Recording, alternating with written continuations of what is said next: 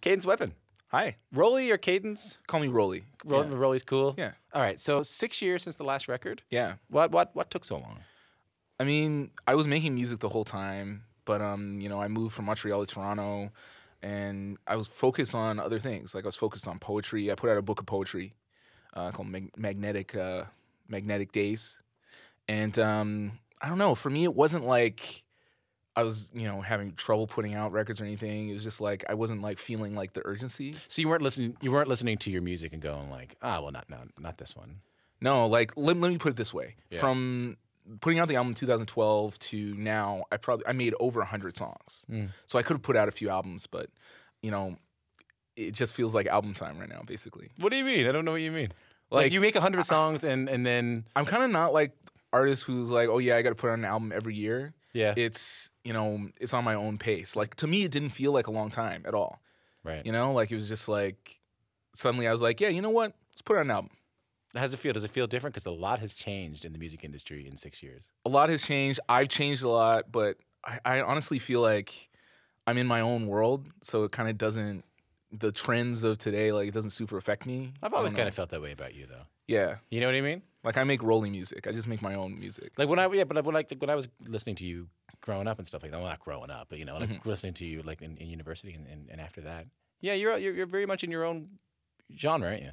Yeah, I mean that's the thing. I've seen like trends like come and go, like total scenes of rap. Like especially with rap moves so quickly. Yeah, that's the thing. It's like 6 months from now, something else will be cool. You know, like right now it's, you know, like Lil Pump and stuff. And like 6 months from now, like people will be like, man, he is like really old. Yeah, yeah. Maybe that's the trick to longevity in the music industry. Just know exactly what you're doing. Oh, I'm just being myself is like the key. You know? Well, so on this new record, and you've talked about this, big influences by Future and Harry Nilsson. Yeah. So Future, like as modern hip hop outside of Lil Pump as you could possibly be. Harry Nilsson, one of the greatest singer-songwriters of all time, 70s, friends with the Beatles, Lime and the Coconut. Where do these paths diverge? Yeah, whenever I explain this to people, they think maybe I'm kind of crazy. But the way I see it is like, Harry Nilsson, like the way he puts together songs, the structure of songs, the way that he'll like make a song that seems like it's about one thing, but it's about another thing. You know, these like songwritery tricks, like I'm taking that and bringing it to rap. Well, you know? No, I don't know. Oh, you don't know what I mean? Like, for instance, like, you know, there's a Harry Nilsson song, The Good Old Desk. Yeah. And people like say, oh, it's like a metaphor for God or something. Right. Right? Well, it's like, I want to have lyrics where there's multiple layers where it can be appreciated on maybe 1, 2, 3 levels. Okay, so where does Future fit into this? And Future is just the flows and style, you know, like the technical aspects of rap. You know, like he has so many different vibes. Like I was really inspired by the 2 albums he put out last year, Future and Hendrix. Specifically on Hendrix, it felt like every song was like a revolution to me. Like a rap revolution. Like it was like a new feeling, a new vibe, every track. And it was like, I feel like that dictated the terms of rap for everyone last year, you know, in my opinion. So let's take a listen to something. This is Cadence Weapon. This is Rowdy, and Own This. It's 7 on the upside of 8. We're still in the motion right here with the Black Experience in Sound.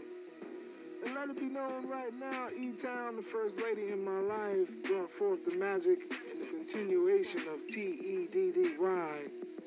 On the junior side, that's right, if I don't get you, my son will.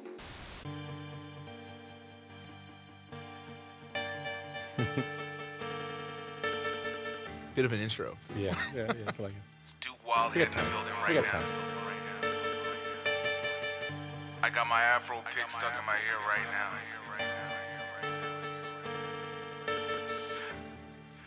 I think I'm Huey in this bitch. Yeah. All to the beat though, 1, 2, run through like I didn't want to hear 3 go. All for my people, working in the back, waiting for the bus to the depot. Sipping on vino, Pinot Grigio, staying low key, that's how we roll.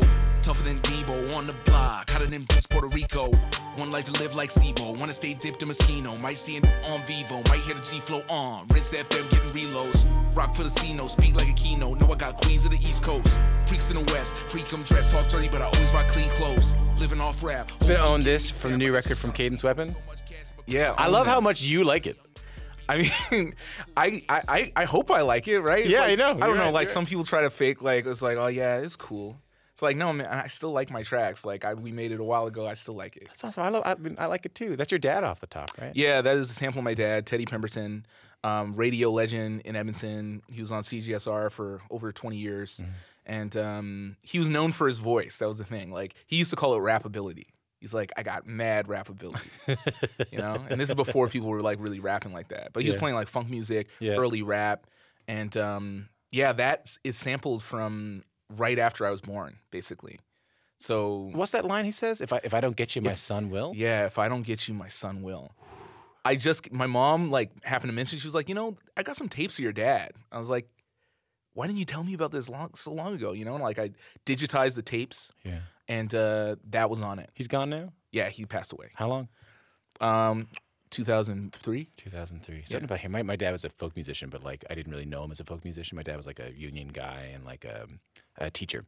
And a couple of Christmases ago, my dad's friend, who was in his old band in the late 60s, like, I never heard any of this stuff, handed me, like, this burnt CD, and I listened to it. And just something about hearing the voice of, like, your young father kind of freaks you out, hey? Oh, totally. Yeah. You know, I mean, it definitely, like, was very nostalgic for me. I mean, I got to hang out with him a lot. Yeah. You know? And there was one time that I'll never forget, he brought me on the radio with him. And how old were you? I would have been, like, 10. Right. Right? And he brings me on, and I got to program the show myself, you know? So I'm, like, picking all the tracks that I like, all the rap songs that I like. I'm talking on the radio, and it's like, afterwards, one of his colleagues comes up to us, and he's like, hey, Rolly, are you going to be a DJ when you grow up? And I'm like, yeah. My dad's like, oh, no, he's going to get a real job. Oh, yeah. So how did he feel when you didn't get a real job? How did he feel when you wanted to be a musician? I mean, he could tell, like, I had some talent, you know, but he was like, I don't know, like, he was, like, letting me do it. He never really got the chance to really see me play. Right. That was the thing. So it was, like, right around that same time is when I really started taking off and getting more serious with it. But for me, it was really my uncle was a big inspiration to me. Why? Brett Miles. He's a musician. He's a saxophone player. He, like, played on some Mick Jagger records and stuff, lived in New York for a while. Like, he's, like, a heavy musician. Cool. And he had a funk band called Magilla Funk Conduit. And, yes, that's the name Hold of on, the say band. it again. Magilla Funk Conduit. Did you ever hear them? Yet? Oh, yeah. Ty knows about it because you're doing the block party. Yeah, We're exactly. talking about it, right. Exactly. Okay, cool. And that was how I first started performing, was I would rap for my uncle, and he really took it seriously. He was like, wow, this is really good. And do you think you were good? Yeah. And he really encouraged me a lot. And he was like, you should join up with the band, and we'll, like, play some concerts, and you'll rap with us. What was that like? It was amazing. I was, like, underage, too. That was the thing. Like, so I'm, like, at these bars, like, they're giving me cranberry juice and stuff, and I couldn't believe it. Like, it was amazing. Like, and I'd come up, and I'd have, like, a cue card with the first line of every rap that I was going to do, because I, like, hadn't learned how to memorize yet, really. But if I got that first line, I could do the whole thing. So I like that a lot. I like that. You seem to have a pretty remarkable family. Your uncle's playing on Mick Jagger records. Yeah. Your dad's hosting one of the most important black radio shows in really Canadian history, I'm Definitely, learning. yeah. And your grandfather's in the CFL. That's right. Hall of Fame. Yeah, Rolly Miles. That's who I'm named after. Who did he play for Edmonton? Yeah, he played for Edmonton. We're just saying for Edmonton. Just for the Edmonton football team. Yeah. Yeah. Do you think about that? Oh, yeah. No, I think about it all the time. I mean, Yeah. like, I'm very outspoken about how they need to change the name. Yeah. Yeah. So your your grandfather played for the Edmonton football team. So do you feel like you're in a line of greatness here? Do you feel like you have a certain thing to live up to? Definitely. I call it black excellence, you know? I mean, it's that's what I'm talking about in Own This, too. That's a major theme of that song. It's like, you know, I feel like there's this, ever since I was a kid, too, there was always this, like, idea of, like, I got to do something big. I got to do something great. Because in Edmonton, like, we were, like, the Miles family, my grandparents and stuff, they were, like, the notable black figures in Edmonton. You know, like, my grandparents, they used to, if, like, Duke Ellington was in town, they'd be like, hey, you got to meet Rolly and Marianne. Just like if anyone comes to town, a black musician of any, you know, or like celebrity or anything. James Brown. Yeah, James Brown, Muhammad Ali. They got all the pictures at my grandma's house. You know, like it's like they were like the welcoming committee. So is there another side to that? Does that pressure weigh on you at all? No, never. No, I don't see it as pressure. That's the thing. I don't know. Maybe I'm so used to it. That's great. That it's just like normal to me. You see it as a lineage. Yeah, it's just who I am. So let's listen to another song. This is Cadence Weapon with My Crew on cue.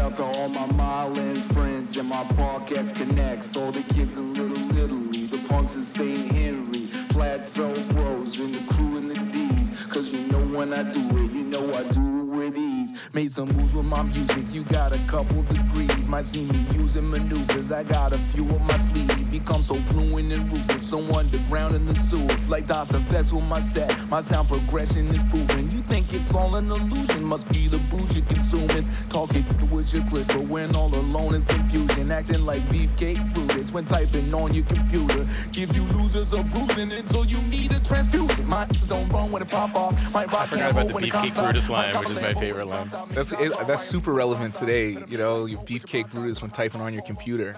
We're in the era of the troll now. Yeah. There's one who runs America right now. I want to talk to you about your relationship with technology in a minute. That's my crew from the new self-titled album from Cadence Weapon. Cadence Weapon, Rowdy is here talking to me right now.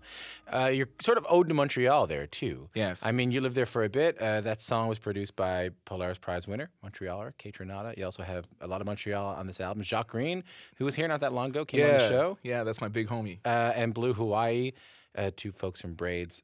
What's the scene like in Montreal? Montreal is a very magical place. Like, I have so much love and appreciation for the people there. I lived there for like 6 years. Yeah. And the whole time I lived there, it just happened to be a really good time to be there because the music scene was like really like ebbing. It was heavily. that kind of Montreal time, right? Yeah, it was when people were like coming to Montreal, like they used to go to Brooklyn or they like used to go to Seattle. Yeah. Right? So it was like at that time, in our neighborhood, it was just one block where it was like me.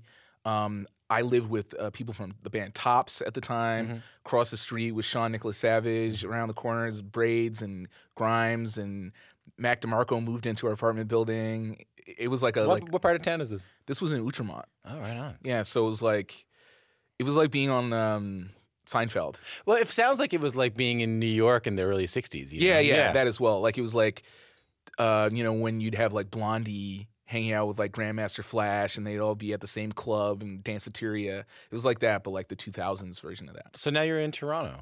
Yeah. How do you find it compared to Montreal? It's a different place. It's a different vibe, but I'm also like at a different like point in my life too, where it's like Toronto for me is really good for like getting work done and like completing projects and getting your grind on. Like I feel like it's like the grind capital of Canada for sure. Well, so I think what I'm hearing is that Montreal is a place to make art and to kind of spend some time with. Listen, by the way, please do not write me too many letters about this. This is just what I'm getting from this conversation.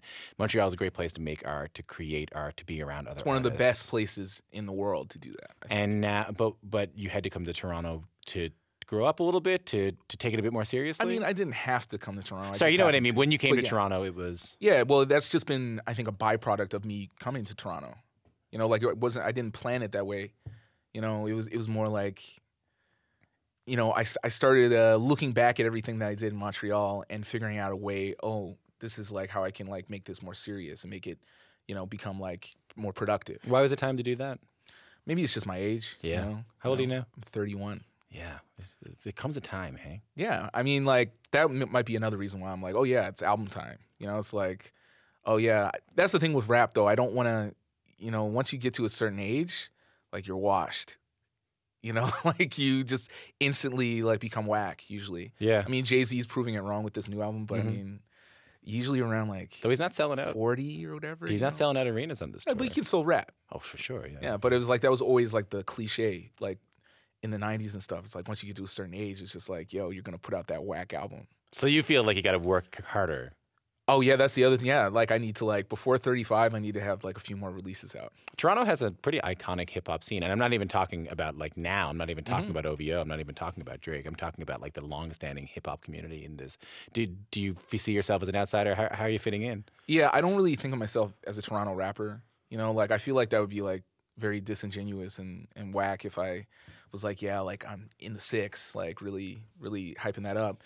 I'm from Edmonton, like that's never going to change. That's really who I am. I'm a rapper from Edmonton, but I think I'm like, it's more than just like the setting of where I happen to be. It's like, I'm just me, like I really love all the music that's coming out of Toronto, all the new rap. Like it's very inspiring. All the great new producers that are coming out of here, like, but who I have on this album, like KCMQ and Brendan Phillip and Francis Got Heat. You know, it's just like amazing amount of talent. But I'm still very reluctant to be like, oh yeah, like I'm like Toronto rap scene. Do you feel welcomed in?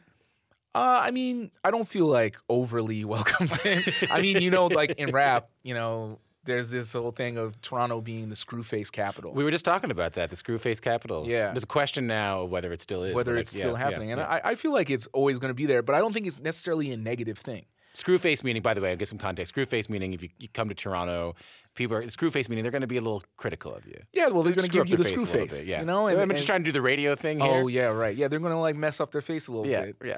But I don't think it's necessarily a bad thing because it means you have to really prove yourself to people in Toronto. You know, and it's like you have to be like legitimately good. You have to be like without a doubt. You know, and that's why you see so many artists coming out of here that are so talented, I think. So, but you mentioned Jay-Z earlier. If you look at someone like Jay-Z, like I'm really interested in the relationships that hip-hop artists have with the places that they're from. And the relationship with the city they typically rep a lot. Like you see Jay-Z rep Brooklyn, talk about Brooklyn all the time. And if you think about Snoop Dogg, you think about California, you think about G-Funk. You're an artist who's from Edmonton, lived in Montreal, and now in Toronto. And we already established you make Rowdy music. You do your own kind of thing. Yeah.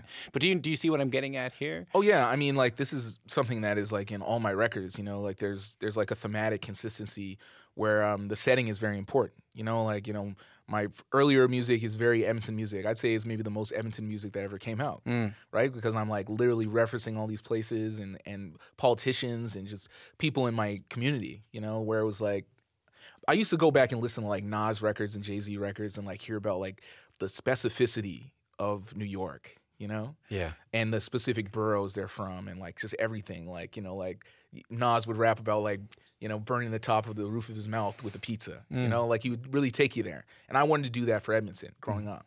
But it's just like I find wherever my setting is, I just do that. You know, and I feel like it's a big part of rap. But it's like, I feel like it's something I will always do. But you're Edmonton's poet laureate. Yes. Like, do you feel conflicted having Toronto seep its way into your music or Montreal? No, I don't feel conflicted because like it's Edmonton is always at my core. You know, like I think as long as I always stay true to Edmonton and in what I write about and like how I represent myself, like I don't think that will be a problem. Let's hear another song. This is Infinity Pool. Sedative in me for negative energy, all my amenities cool. No more rigidity, need my serenity, live in infinity pool. Secret identity, who? No, I don't think you should know. Said that she's knowing my face like memory foam. All in my pillow at home. I said, nice to know you, no crossing the border. She's sweeter than cinnamon, girl. Been in Topanga, I hosted a wedding. I fell off a cliff taking selfies. Nearly fell down some stories for my story recorders that ain't important. All of these flights are remaining in orbit, and all of the prices stay exorbitant. Returning for tour, I'm treating it like it's war. Settling scores, rental van look like a tank. I'm out here going for broke, used to be poor. Now I spend cash on couture, happily breaking the bank. Jack at the door, cop that thing back at the store. Don't know what it's for. If you're just tuning in, this is Q. I'm Tom Power. My guest is Cadence Weapon. You just heard a bit of a song called Infinity Pool. I love how when that song was playing, I was going to give some context for people listening on the radio. Rolly looked at me and he went, I love this. Yeah, this is one of my favorite songs on the album. This is about your relationship with technology a little bit? Yeah, it's about what I consider like technological distress. This is something that I talk about, like from the phones and all the you know, I feel like it's affecting our lives in so many ways. Yeah. You know, and this is a metaphor for all that. You know, so like the creature comforts of today, that's what I'm talking about. So specifically, it's a story where I was in LA marrying two of my friends to each other. You became like an ordained internet minister? Yeah. Yeah, that doesn't take long, right? You can do that in... Oh, I didn't have to do it. They did it all for me. And then like I got it in the mail. I got the certificate. That's and I was pretty like, good. You get to marry your friends. I'm a minister, yeah. So we did it in Topanga Canyon. And it was just like on this big mountain. It was like beautiful vistas, you know. And I wanted to get it for the gram, obviously. Yeah. You know? So you wanted to Instagram yourself... Yeah. In front of, I guess, a cliff or well, something. just like on top of it, you know, and just see the distance, right? Yeah. So I started doing like a circular view and like I started sliding down this hill, this giant, like this kind of mountain thing. And I caught myself and it was just like, I was so embarrassed because like that'd be like the worst way to die. Yeah. You know, it's like you died taking a selfie. Yeah. You know, you get some likes. like Wouldn't you? Darwin Awards. Yeah, That's what I'd You'd get a couple of likes if that thing got posted, though. Yeah. People feel pretty good about it. So no, that obviously taught you a lesson. But yeah, and for me, that's like a metaphor for technology. Like if we're not careful, it can be detrimental, basically. I think it already is, man. Like I think about this a lot. Like I don't know if you were reading this morning. I was reading this article about like a lot of people are wondering whether iPhone should be banned from children. Right. You shouldn't. Children just shouldn't be using them at all. I know that. Like I'm a pretty anxious person. I don't know about you, but like I know that there's the people I talk to help me get through my anxiety. The therapist that I go see, she says like we're seeing an uptick when it comes to phone use, when it comes to internet use. Yeah, I believe that. I mean, there was a period where in our house, me and my girlfriend, we were trying to like not have the phones in the bedroom. Yeah, it's hard. Yeah. And it was like we were like, let's get an alarm clock. No more phones in the bedroom. And like for a while, it was like it was going really well. It was like I felt like I was sleeping better. Like I had all these like psychological like positive signs. And then I don't remember when it happened, but the phones ended up back in the room. Like they're in there. Exact same thing happened to me. I got my dad's old alarm clock. I set it up. I put CBC radio on. I was listening to Michael Enright going to bed. I was waking up listening to. I'm giving all my plugs, by the way, right now. Right. I was listening to Matt Galloway in the morning, and you're right. Just a couple weeks later, I'm in bed reading my phone and going, "How did this happen?" It's pervasive. Do you think we can do anything about it? I mean, I feel like what should really happen is that the apps themselves need to have like safeguards in them or be designed in a way where they're not as habit forming because they need you to become addicted to them so they can get more and more people to keep you on it, right? But I feel like there should be like some kind of like, I don't know, the way that they did for TV, right? Like people used to have the same problem with TV. It used to be like, oh, people are watching TV too much. And you don't hear about that as much anymore. So like what happened?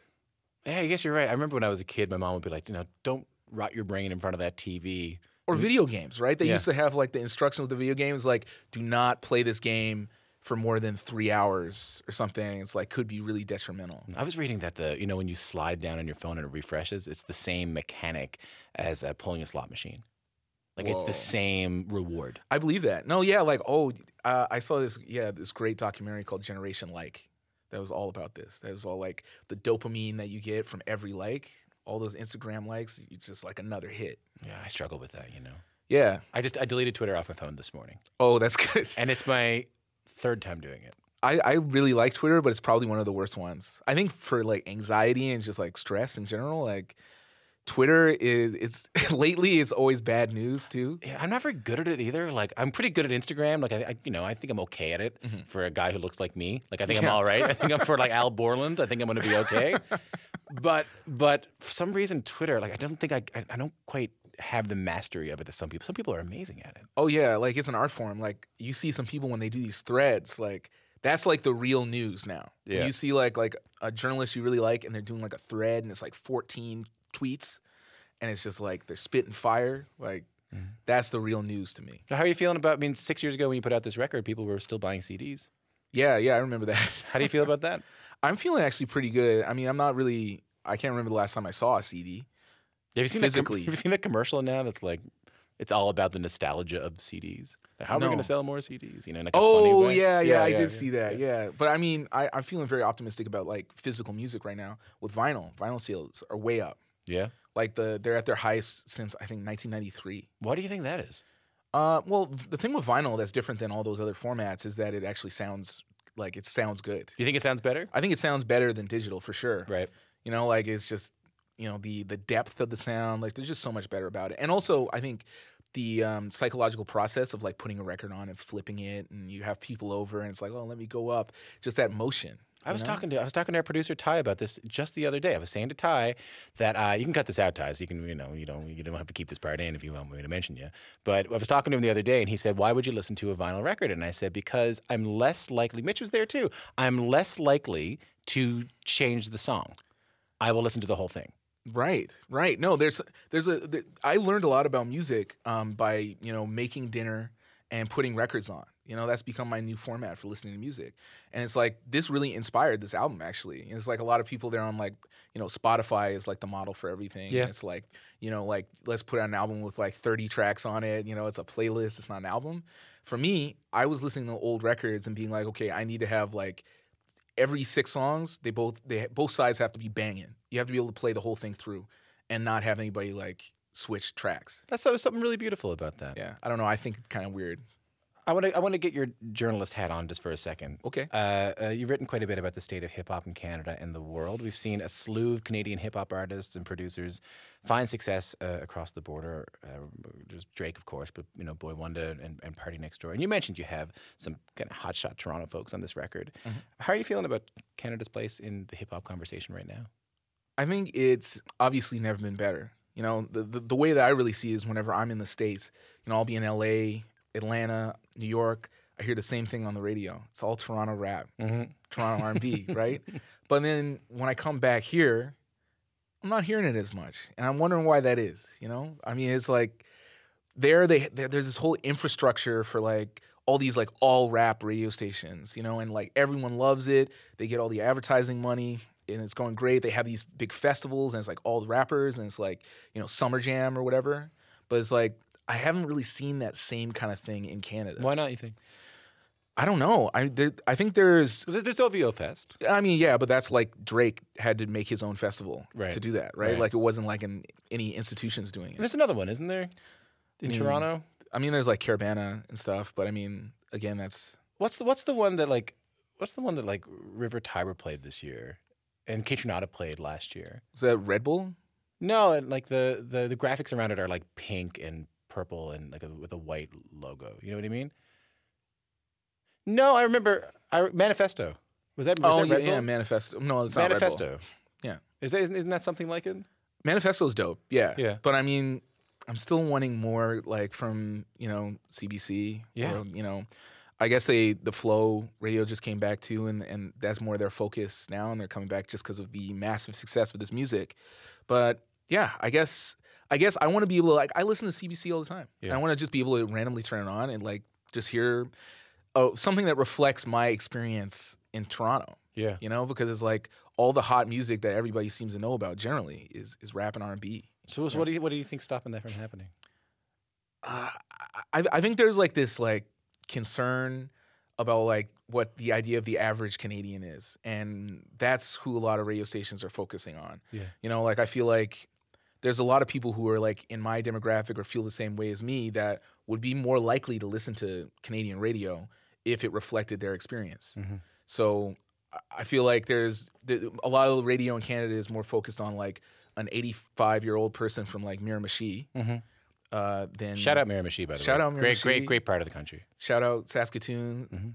Mm-hmm. I got love for the middle, Canada. But I feel like, there's all these great young artists coming out of all the suburbs all around Toronto. There's like great rap all over Canada, and it's like you're hard pressed to hear it on the radio. And I feel like that needs to change. Well, I hope it does. I remember when you wrote that piece for The Guardian, it was really, especially as someone who works here, it was really, really meaningful to me. Mm-hmm. Thanks.